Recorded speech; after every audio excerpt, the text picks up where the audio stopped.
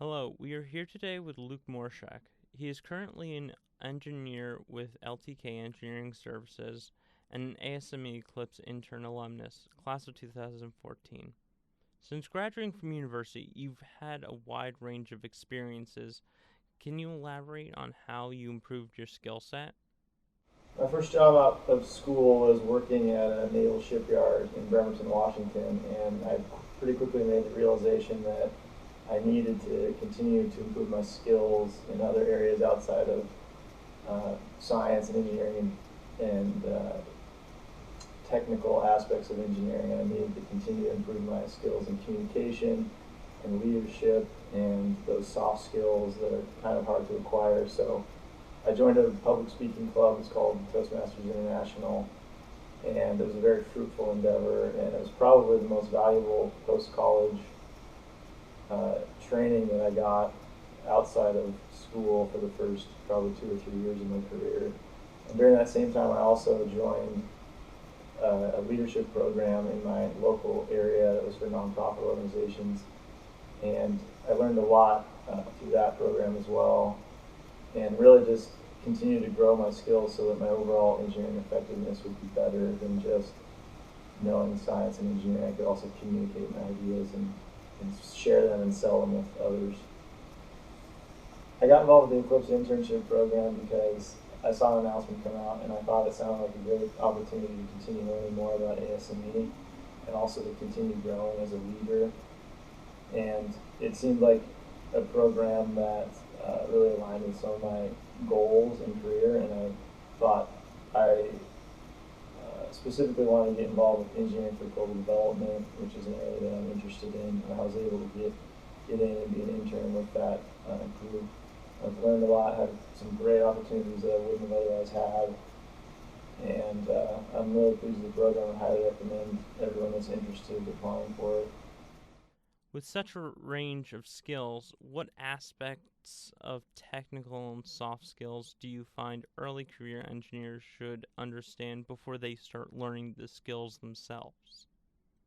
Technical skills are important, and you need to look outside the normal streams that you swim in to find great technical information and link up with those people that are doing similar work to you, that can sharpen your skills, that can help you to find the resources and things that you need. And looking outside of your company or your school to find those resources is one of the most effective ways, because it really just broadens your perspective on what's out there and what people are doing. You need to continue to improve your soft skill and leadership skill competencies just the way that you improve your technical skills.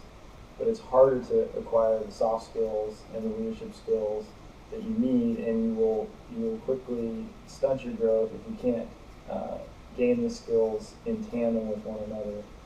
You won't, although you might have great ideas and be able to do great technical work, you won't be able to sell it to anybody or communicate it to anybody, and therefore your ideas will stifle with you, and it can be very frustrating when that happens.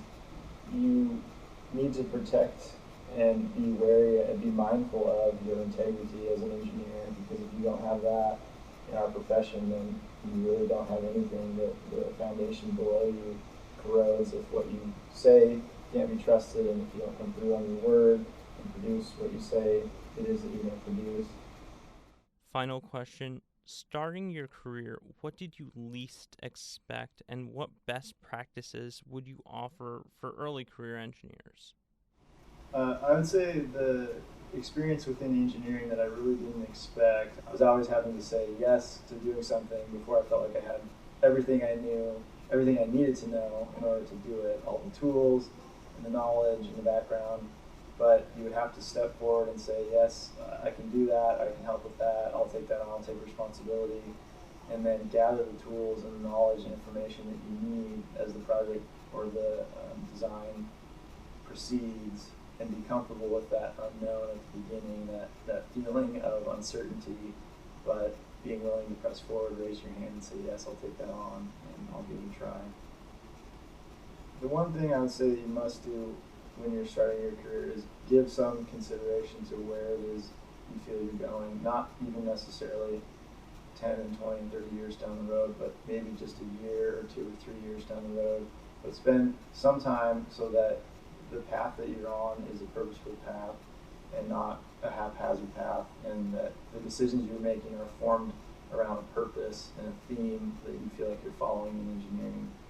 And also being willing to say yes to the unknown, and taking on challenging assignments, and maybe even taking on peripheral or extra assignments as you're able to, because generally what you learn from those peripheral assignments is much greater than you would expect.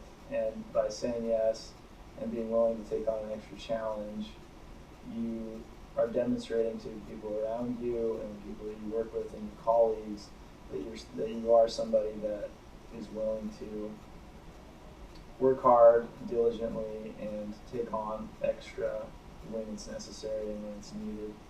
And of course, managing your priorities and guarding your time and managing your time are very important. And I'm not saying that anybody should let other aspects of their life suffer necessarily for their work, but there are times when your work will require an extra output when there's a challenge in front of you, a little bit of extra energy, extra push. And if you're one of the people that is willing to do that, then you will excel in your career, and especially if the decisions you're making are in line with your plan and your goals, then you really see a lot of fruit from your efforts.